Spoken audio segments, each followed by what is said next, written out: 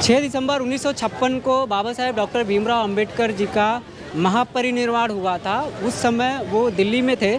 उसके बाद उनकी शरीर को यहाँ लाया गया जहाँ मैं अभी मौजूद हूँ।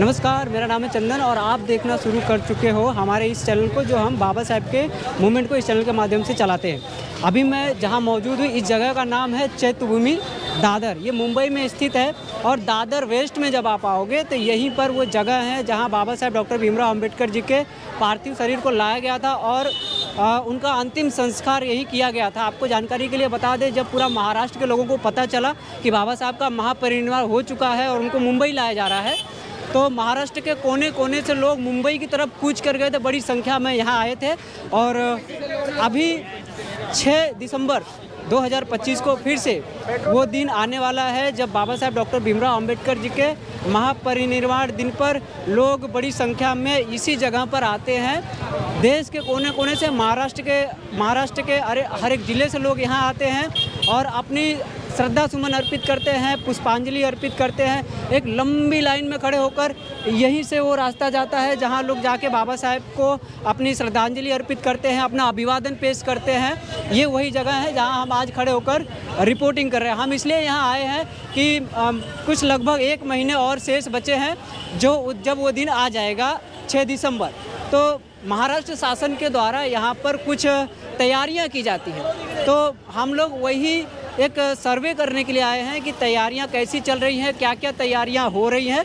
और यहाँ पर जमावड़ा काफ़ी है, लोग बड़ी संख्या पर यहाँ उपस्थित हैं। आज चूँकि आज संडे है और रात के करीब बज रहे हैं 6:30, तो अभी बहुत बड़ी संख्या में लोग यहाँ आए हुए हैं। हम आपको अंदर का भी नज़ारा ले चल के दिखाएंगे, लेकिन हमारा मेन मोटिव यहाँ पर आने का यही था कि हम चल के एक सर्वे करें, हम एक ज़रा रिपोर्ट बनाएं कि यहाँ पर कैसी तैयारियाँ चल रही। तो आइए आपको दिखाते हैं। हमारे कैमरामैन से कहूँगा कि हमको फॉलो करते हुए ये सारी यहाँ का जो स्थिति है वो दिखाएं और कितनी भीड़ यहाँ पर आई हुई है। बड़ा जो जनसमूह यहाँ इकट्ठा होता है, जो बहुजन समाज के लोग हैं वो बड़ी संख्या में यहाँ पर आम तौर पे उपस्थित होते हैं। वो इसलिए क्योंकि बाबा साहेब को कई लोग, जो लोग मानते हैं, जो लोग समझते हैं, जो लोग जानते हैं, वो लोग यहाँ पर बाबा साहेब को याद करते हैं और यहाँ पर आके उनसे जुड़ी जो सभ्यताएँ हैं वो सारी सभ्यताओं को देखते हैं और समझने की कोशिश करते हैं। ये वो प्रवेश द्वार है जो बौद्ध सभ्यता के हिसाब से, बौद्ध सभ्यता के अनुरूप बनाया गया है। ये वो प्रवेश द्वार है जिसका रीडेवलप, जिसको फिर से दुरुस्त करने का काम शुरू कर दिया गया है शासन के द्वारा। आप देख सकते हैं, इसको फिर से दुरुस्त करने के लिए पूरी प्रक्रिया चालू कर दी गई है और इस द्वार से ही लोग अंदर जाते हैं और उसके अंदर भी काफ़ी सारी चीज़ें हैं। मैं वो भी आपको अंदर चल के अभी दिखाऊंगा, लेकिन आप एक बार फिर से ये द्वार देख लीजिए। काफ़ी भव्य और दिव्य जो है वो द्वार यहाँ पर बनाया गया है। गोल्डन कलर का जो है ये द्वार बना हुआ है और इसके अंदर सत्यमेव जयते का जो हमारा प्रतीक है, राष्ट्रीय चिन्ह है, अशोक स्तंभ, वो भी मौजूद है इसके अंदर। आपको वो भी दिखाएंगे। फिलहाल हम आपको द्वार दिखा रहे थे और अब हम अंदर की तरफ जाएंगे और दिखाएंगे आपको कि अंदर क्या क्या व्यवस्थाएं हैं, कैसे यहाँ पे लोग बड़ी संख्या में आते हैं हर रविवार को। ये लोग इस तरह से इस द्वार में प्रवेश करते हैं। उसके बाद अंदर पुलिस की पुलिस का भारी सुरक्षा का जो है प्रबंध किया गया होता है।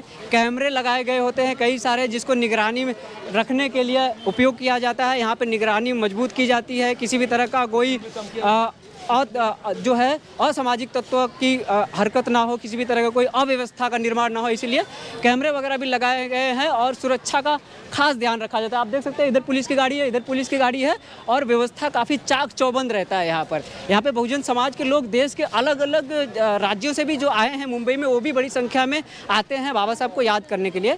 तो आप देख सकते हैं यहाँ पर सुरक्षा व्यवस्था काफ़ी कड़ा है और प्रबंध बहुत तगड़ा यहाँ पर किया गया है। सुरक्षा को लेकर कोई चूक नहीं है, कोई कमी नहीं है। कैमरा वगैरह आपको दिखा देना चाहता हूँ, वहाँ पे जो है वो पूरा कैमरा लगा हुआ है। चारों तरफ यहाँ पे कैमरे का बंदोबस्त किया गया है ताकि जो लोग यहाँ पर आएंगे उनके ऊपर निगरानी रखी जाए और पूरा जो है ट्रैकिंग किया जा सके। आप जैसे ही अंदर आते हैं, भाई से थोड़ा हट जाइए, यहाँ पर जो है ना अतदीप भव लिखा हुआ है, जो तथागत भगवान बुद्ध का स्लोगन रहा है कि अपना दीपक स्वयं बने और ये एक अलाव हमेशा जलता रहता है। यहाँ पर ये अलाव हमेशा जलता रहता है 24 घंटे। सिर्फ इसको बारिश में बंद कर दिया जाता है ताकि कुछ ज़्यादा दिक्कत ना हो। तो बारिश में इसको बंद रखा जाता है, उसके बाद ये अलाव हमेशा चालू रहता है। और ये वो स्तंभ है जिसके बारे में मैं बात कर रहा था, ये अशोक स्तंभ है, पूरा इतना बहुत ज़्यादा हाइट में है।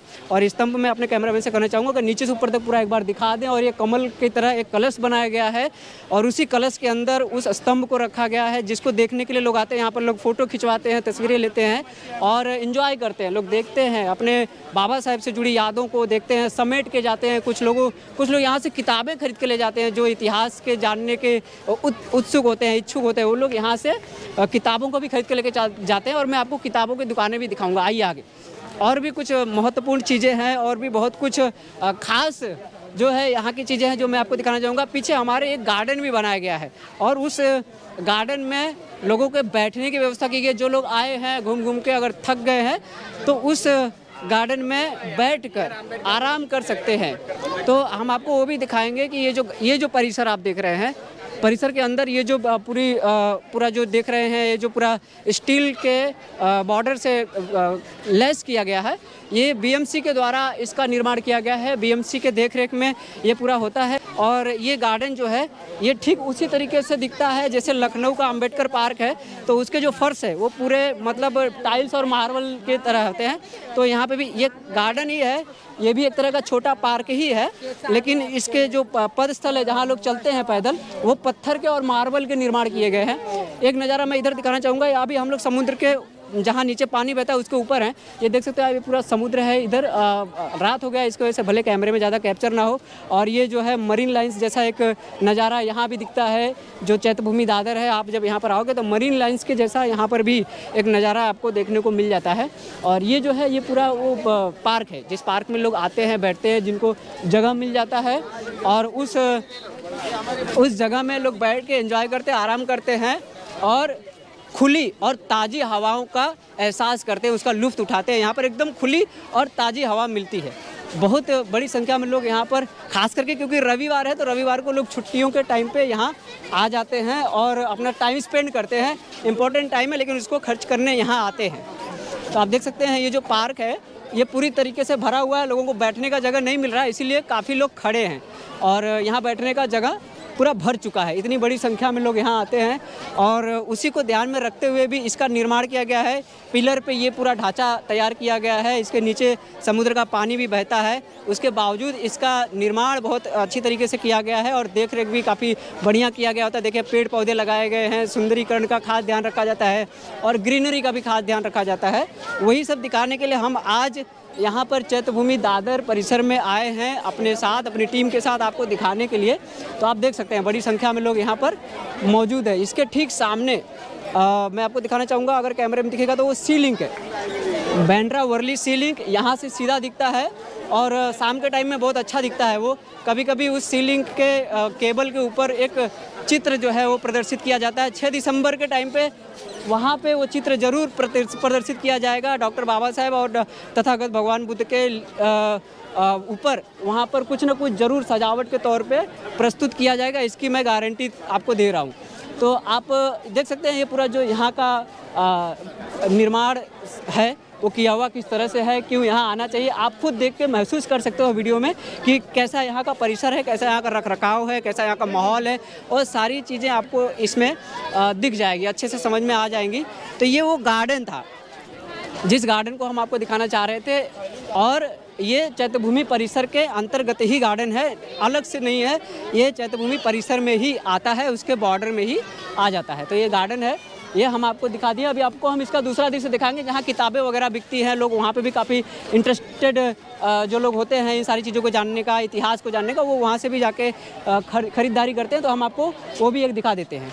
तो जैसा मैं आपको बता रहा था, यहाँ पे बुक स्टॉल है, किताबें मिलती हैं, सजावट के लिए कुछ सामान मिलते हैं, होम डेकोरेशन के लिए चीज़ें मिलती हैं, झंडे मिलते हैं, टी शर्ट मिलता है, हाथ में पहनने वाला ब्रेसलेट मिलता है और गाड़ी में रखने के लिए, और गाड़ी का जो चाबी होता है, घर का चाबी होता है, उसका किचन से लेके कैलेंडर से लेके बहुत सारी चीज़ें यहाँ पर मिलती है।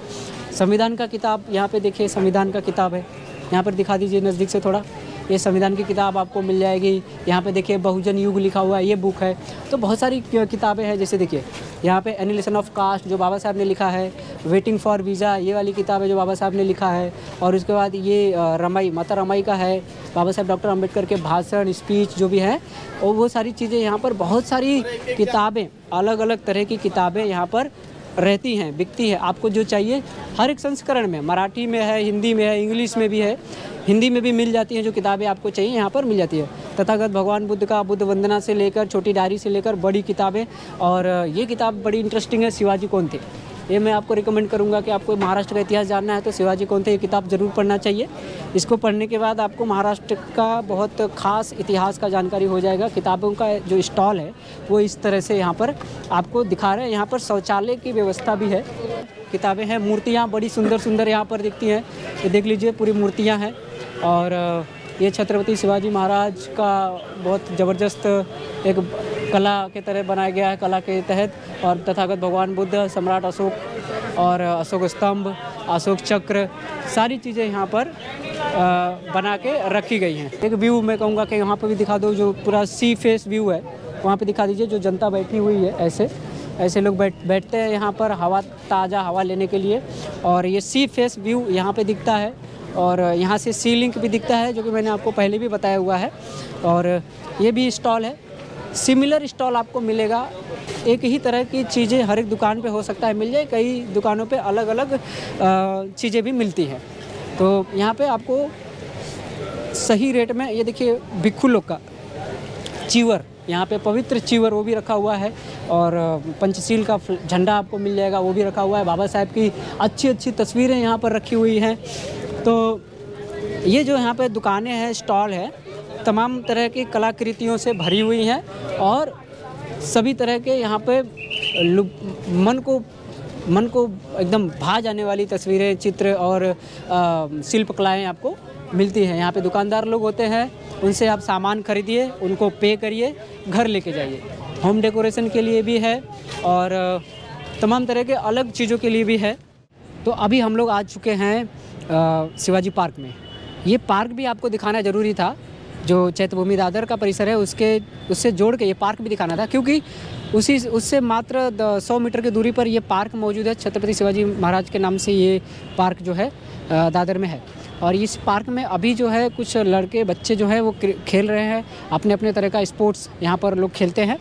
और इस पार्क को उस दिन 6 दिसंबर के दिन इस पार्क को पूरा डेडिकेट किया जाता है उस कार्यक्रम के लिए। जो 6 दिसंबर का पूरा कार्यक्रम होता है, उस कार्यक्रम को ऑर्गेनाइज़ करने के लिए, उस कार्यक्रम को पूरा करने के लिए इस पार्क को सरकार के द्वारा समर्पित कर दिया जाता है। और यहाँ पर सभी प्रकार के संस्थाएं, संगठन और पार्टियों के लोग अपने पंडाल लगाते हैं, स्टॉल लगाते हैं, बुक स्टॉल लगाते हैं। और तमाम तरह की गतिविधियां यहाँ पर की जाती हैं। कई तरह की प्रस्तुति भी की जाती है बाबा साहब के अभिवादन को लेकर, बाबा साहब को श्रद्धा सुमन अर्पित करने के लिए कई तरह की प्रस्तुतियां भी की जाती हैं। लेकिन आपको एक बात बता दूं, अभी ये पार्क जो अभी खाली दिख रहा है, सूना दिख रहा है, 6 दिसंबर के दिन रात को 12 बजे से ही, या 5 दिसंबर ही पकड़ लीजिए, 5 दिसंबर के शाम से ही ये पार्क भरना शुरू हो जाता है। और 6 दिसंबर को इसमें चलने फिरने के लिए भी जगह नहीं बच पाती है, इतनी भीड़ यहाँ उपस्थित होती है। बाबा साहब के याद को लेकर, बाबा साहब के लिए बहुत बड़ी संख्या में यहाँ पर भीड़ जो है वो उपस्थित होती है। तो यही वो पार्क है, बहुत बड़ा पार्क है। यहाँ पे लाखों लोग समा सकते हैं और लोग आते भी हैं उसी अनुपात में, और बड़ी संख्या में लोग आते हैं। हम उस दिन भी आपको दिखाएंगे कि कितने लोग यहाँ पर आए हैं, और हम कुछ लोगों से बातचीत भी करके आपको उनकी ही ज़ुबानी जो वो कहना चाहते हैं वो सुनवा देंगे। तो आप देख सकते हैं ये पूरा जो पार्क है, यही पार्क है जिसमें बड़ी संख्या में लोग उस दिन उपस्थित होते हैं। और 6 दिसंबर के दिन सरकार द्वारा और यहाँ के जो प्रशासन है, पुलिस प्रशासन है, उसके द्वारा खास ट्रैफिक का भी कुछ फेरबदल किया जाता है। ट्रैफिक में भी चेंज किए जाते हैं, आधिकारिक तौर पे सूचना जारी होती है। 6 दिसंबर के दिन जो रूट है, जो मार्ग हैं, वो परिवर्तित कर दिए जाते हैं, डाइवर्ट कर दिए जाते हैं। उसके बाद इसको पूरे तरीके से संचालन किया जाता है। और हम इसीलिए ये वीडियो आपको दिखा रहे थे कि 6 दिसंबर की जानकारी आपको अभी से हो जाए। अगर आप आने का यहाँ मन बना रहे हैं तो आपको ये वीडियो उसके लिए सहयोगी साबित हो आपके लिए। तो इस काम में मेरा मदद कर रहे थे कैमरामैन सूरज। मैं जिसको आप सुन रहे थे, मेरा नाम है चंदन भारती, और हम आगे भी ऐसा काम करते रहेंगे। वीडियो आपको पसंद आए तो इसको लाइक करिए, शेयर करिए, सब्सक्राइब करिए, कमेंट करके अपनी राय दीजिए और हमारे साथ बने रहिए। शुक्रिया, जय भीम।